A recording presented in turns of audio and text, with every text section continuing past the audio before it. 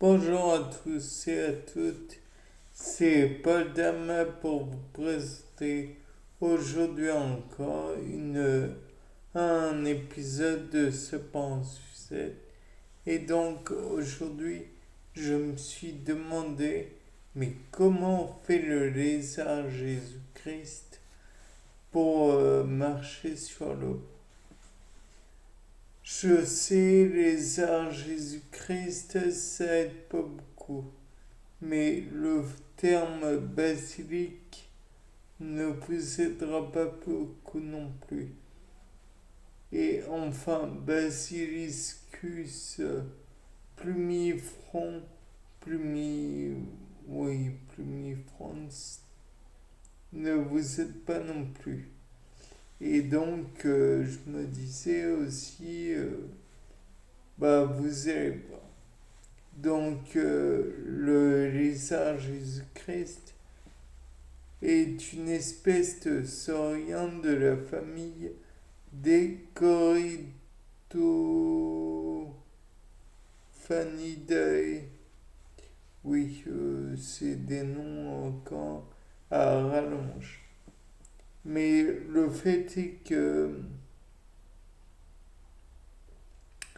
le plus important, de mon point de vue, c'est que ce sont des sauriens. Sauriens.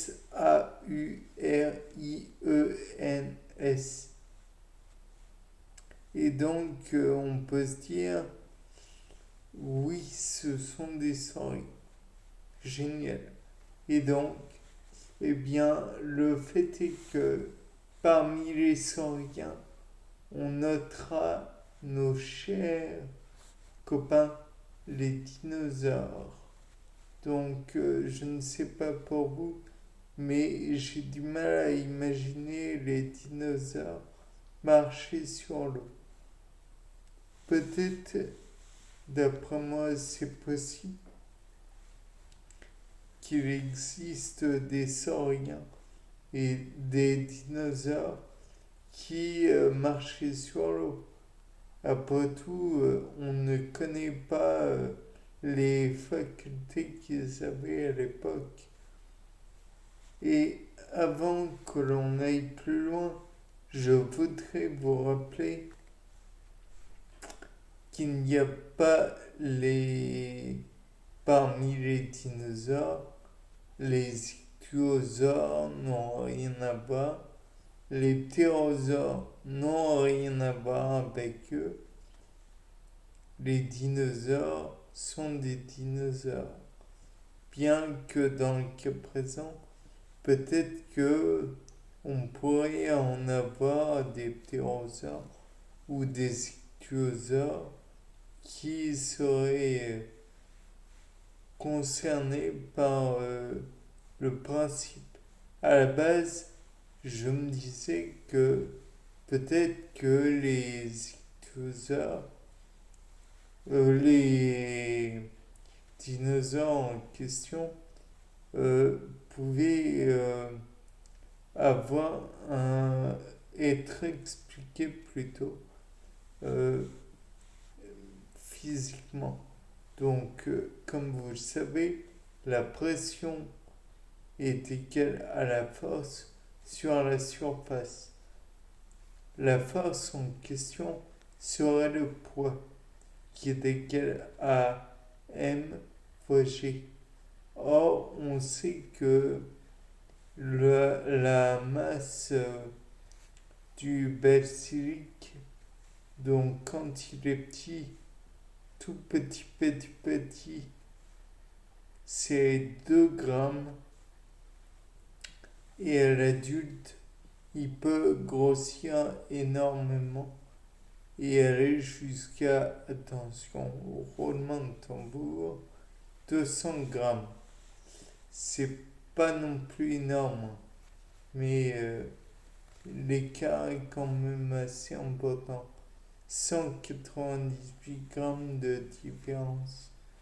Donc là, on a F qui est P, qui est, oui, qui est P, fois égale M fois G.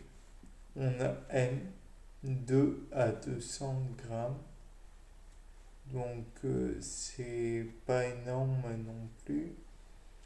Donc, les grammes, sachant que c'est quand même 10 puissance moins 3 fois le kilogramme. Donc, voilà. Et donc, j'ai 9,8 mètres par seconde au carré. Oui, c'est merveilleux. Mais personne n'en a rien à cirer, je parie. Donc là, on peut se dire ça. De plus, on peut se dire que on va faire intervenir la poussée d'Archimède.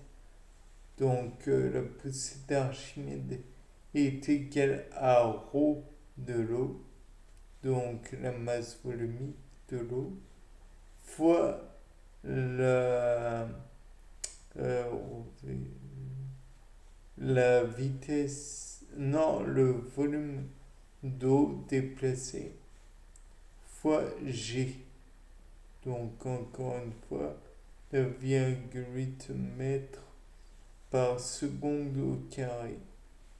Bon, toujours est-il que dans le cas présent, le but est que on passe le moins de temps possible sur l'eau, parce que plus on va rester sur l'eau, enfin le basilic va rester sur l'eau, plus il va s'enfoncer et donc déplacer de l'eau. Donc le volume sera d'autant plus important. Et donc ce qui est important à envisager, c'est la vitesse, pour que naturellement la quantité soit le plus faible possible. Donc de là, on peut dire que si on veut que en plus le basilic puisse flotter, puisque ça globalement il ne pourra pas non plus voler. Donc pour flotter, il a des... Je ne sais pas si on pourrait dire qu'elles sont palmées. C'est... Il n'a pas des pieds palmés, mais tout de même avec une grande surface. Et donc dans ce cas, le poids est réparti sur une surface telle que la pression est d'autant plus faible, et donc plus la surface est importante, plus et que la vitesse est importante, plus il pourra se déplacer. Mais je ne sais plus, je crois qu'il peut pas courir quelques mètres. Bon, à vérifier naturellement, comme d'habitude, mais le fait est que si il arrive à se déplacer, c'est avant toute chose pour fuir ses prédateurs. Et je crois que c'est avec une dizaine de mètres qu'il peut parcourir avant de finir sa folle course en nageant. Bon, de là, on peut envisager que le lézard Jésus-Christ, mis à part la grande surface, se déplace à une grande vitesse aussi. Mais je vous l'ai déjà expliqué. Plus il va vite, moins il s'enfonce. et la pression qu'il exerce est très faible. Donc, il peut marcher sur l'eau. Bien que le battement de ses queues, entre guillemets, lui permette de créer un genre de vague qui aide à la porter sur l'eau. Ça, par contre, je ne sais pas pourquoi. À vérifier. Bien, c'était Paul Dame pour un nouveau sapin 6-7. Au revoir.